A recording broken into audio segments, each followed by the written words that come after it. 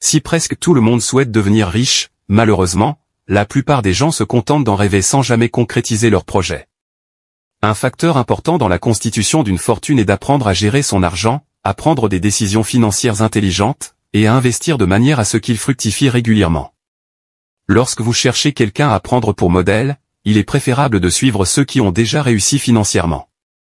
Dans cette vidéo, nous allons explorer 5 choses que font les personnes riches pour constituer leur fortune, des stratégies que les personnes moins aisées n'appliquent généralement pas.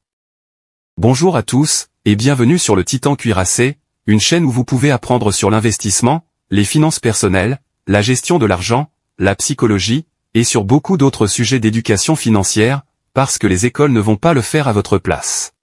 Si l'un de ces sujets vous intéresse, ou si vous voulez apprendre à mieux gérer votre argent, et à jouir d'une plus grande liberté financière, n'hésitez pas à vous abonner, à me laisser un like, et à activer la cloche des notifications pour être averti chaque fois que je publierai une nouvelle vidéo. Sans plus tarder, plongeons dans le vif du sujet. Numéro 1, elle surveille tout. Si vous demandez à une personne lambda combien elle a dépensé le mois dernier en loyer, en facture, ou en loisirs, il y a de fortes chances qu'elle n'en ait aucune idée. De même, si vous l'interrogez sur ses économies pour la même période, vous obtiendrez probablement une réponse confuse ou un regard vide. Ce manque de conscience financière n'est pas si surprenant quand on sait que 61% des adultes dans le monde ne suivent aucun système de budgétisation. En revanche, les personnes riches connaissent l'importance de la budgétisation et du suivi de leurs dépenses. C'est la pierre angulaire de leur réussite financière. Les personnes qui réussissent utilisent souvent une méthode simple en 2 étapes pour gérer leur argent. Tout d'abord, elles calculent ce qu'elles prévoient de gagner au cours du mois à venir, ce qui inclut les revenus provenant des salaires, des entreprises commerciales, ou des rendements d'investissement. Ce total sert ensuite de base pour appliquer la technique budgétaire 50-30-20. Cette méthode populaire répartit leurs revenus comme suit. 50% pour les dépenses indispensables telles que la nourriture, le logement, et les services publics, 30% pour les loisirs tels que les repas au restaurant et les divertissements, et les 20% restants sont directement versés sur un compte d'épargne. Une fois ce plan financier mis en place, les personnes fortunées contrôlent leurs dépenses de manière cohérente. De nombreux millionnaires relient leurs cartes de crédit à des applications de suivi des dépenses, qui classent automatiquement leurs dépenses par catégorie. D'autres préfèrent une approche plus manuelle, notant chaque transaction dans l'application Notes de leur téléphone, et faisant le total à la fin du mois. Quel que soit l'outil utilisé, une chose est sûre, les personnes fortunées veillent à suivre de près leurs finances. Elles savent que sans un suivi précis, il est pratiquement impossible de gérer efficacement son argent. Même si vous pensez qu'il n'est pas nécessaire de suivre chaque centime lorsque vos revenus sont faibles, il est important de comprendre que l'acquisition précoce de bonnes habitudes financières jette les bases d'une réussite à long terme. Numéro 2, ils font preuve de discipline financière. Si vous demandiez à un millionnaire ce qu'il faut vraiment pour bâtir une fortune, il mettrait très certainement l'accent sur le rôle de la discipline. En effet, la discipline joue un rôle clé à chaque étape du chemin vers la réussite financière. Prenons par exemple l'objectif d'obtenir un emploi bien rémunéré. Cela nécessite la discipline nécessaire pour acquérir une solide formation, ce qui implique souvent d'investir des années dans l'apprentissage et la préparation. De même, si votre parcours vers la richesse est axé sur l'entrepreneuriat, c'est la discipline qui vous permet de rester concentré sur votre entreprise, même lorsque vos amis s'amusent ou participent à des événements sociaux. À mesure que vos revenus augmentent, la discipline devient encore plus essentielle.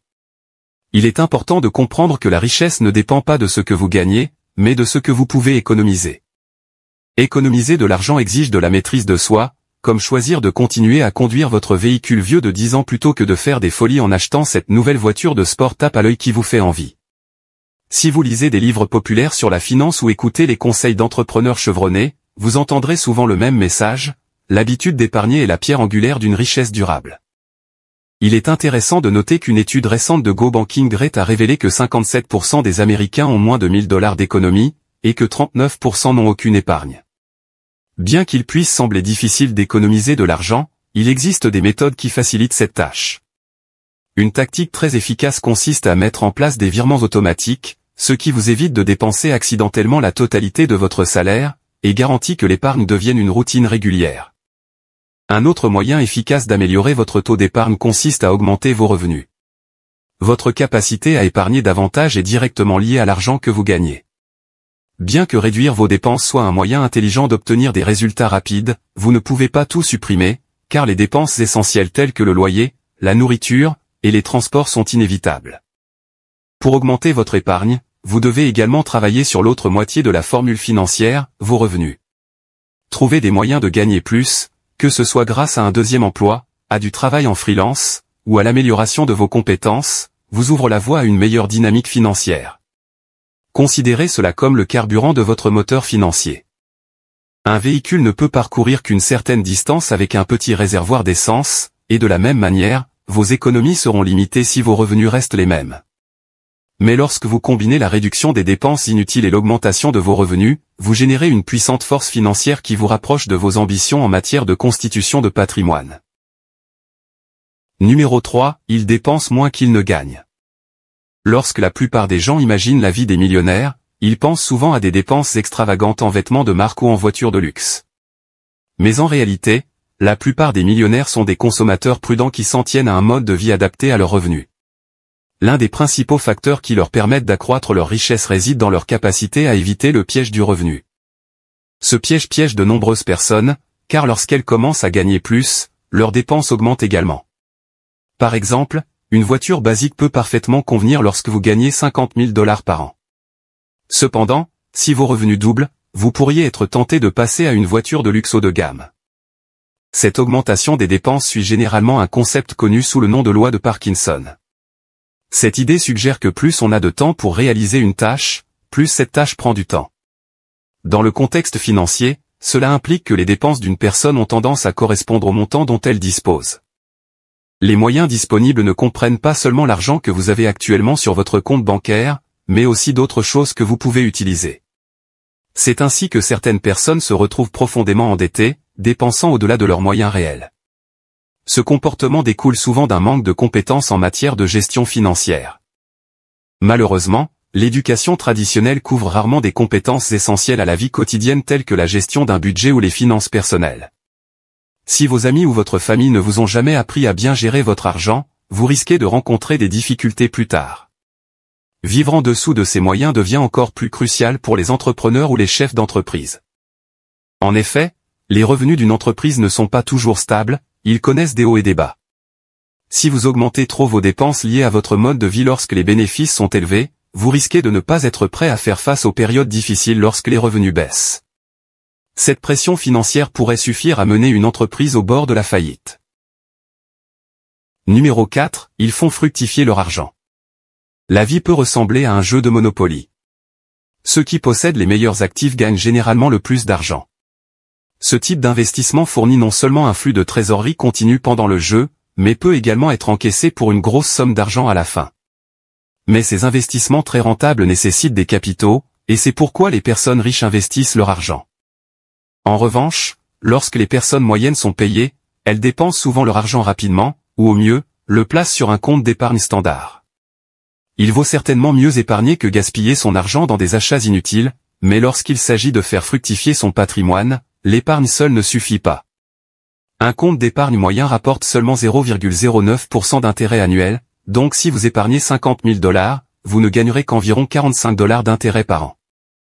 C'est pourquoi les riches font fructifier leur épargne en investissant. Commencer à investir tôt offre un énorme avantage à long terme.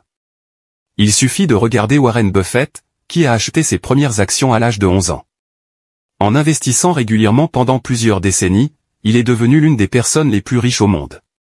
Mais il n'y a pas que les milliardaires qui investissent régulièrement. Les millionnaires consacrent en moyenne environ 20% de leurs revenus annuels à des investissements. Cette habitude joue un rôle majeur dans la croissance et le maintien de leur richesse. Étonnamment, leurs choix d'investissement ne sont pas si différents de ceux de l'investisseur moyen. Ils choisissent souvent des instruments courants tels que les Roth IRA et les 401k pour une croissance à long terme. Cependant, ils élargissent également leur portefeuille avec des projets immobiliers, commerciaux, et de développement personnel. Numéro 5, ils ne dépensent jamais leur capital. Ce qui différencie clairement les personnes fortunées de celles qui ont moins de succès financier, c'est leur dévouement sans faille à la protection de leur capital. Bien que de nombreux millionnaires soient connus pour mener une vie modeste, certains aiment dépenser pour des produits de luxe. Étonnamment, même avec de telles habitudes de consommation, leur richesse ne diminue pas et ne souffre pas. c'est parce qu'ils évitent strictement de puiser dans leur capital principal. Dans le monde de la finance, le terme capital désigne le montant initial investi dans un actif. Par exemple, supposons que vous investissiez 100 000 $ pour acheter 10 actions, chacune offrant un dividende annuel de 20 $.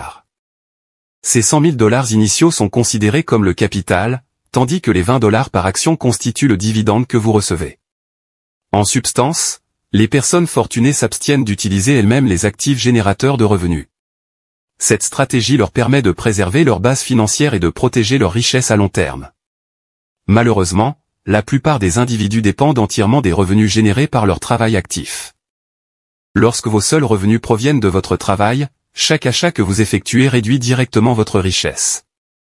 Et si votre argent n'est pas investi, il ne croît pas assez rapidement pour vous offrir un surplus de liquidité à dépenser. Pour créer des sources de revenus passifs, il est judicieux d'explorer différentes voies d'investissement. Parmi les meilleures options, on trouve les actions versant des dividendes, les fonds de placement immobilier, et les biens locatifs. Avec les biens locatifs, l'idée est d'utiliser un acompte, votre capital, pour acheter une maison ou un immeuble, puis de percevoir chaque mois un revenu locatif régulier de la part des locataires. Les actions versant des dividendes sont intéressantes, car elles rapportent un revenu régulier aux actionnaires sans entraîner de baisse significative de la valeur boursière de l'entreprise.